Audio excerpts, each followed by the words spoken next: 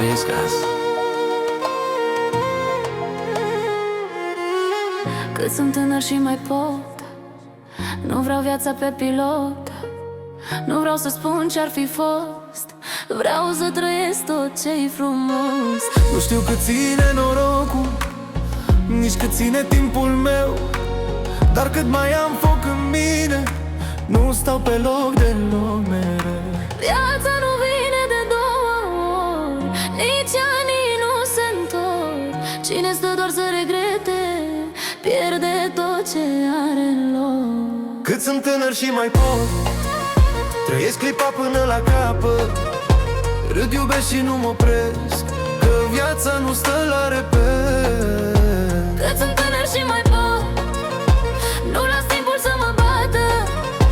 Dacă mâine nu mai pot, să știu că azi am trăit toată viața. Nu-mi pasă ce spune lumea, că viața e prea scurtă, frate. Dacă am oameni lângă mine, restul sunt doar vorbe aruncate. Iubesc, Greșesc când văd sketch și mă ridic din nou. dar cât mai pot să simt puternic, nu las nimic să fie gol. Nu fug de responsabilitate, dar nici nu trăiesc în frică. Cine așteaptă momentul perfect, rămâne doar cu o clipă mică. Cât sunt tânăr și mai pot, trăiesc clipa până la capăt. Râd, iubesc și nu mă opresc, că viața nu stă la repet. Cât sunt tânăr și mai pot, nu las timpul să mă bată.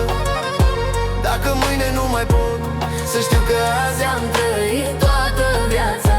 Cât sunt tânăr și mai pot, trăiesc clipa până la capăt. Râd, iubesc și nu mă opresc, că viața nu stă la repet. Cât sunt tânăr și mai pot, nu las timpul să mă bată. Dacă mâine nu mai pot, să știu că azi am trăit toată viața. Trăiesc azi, nu mâine.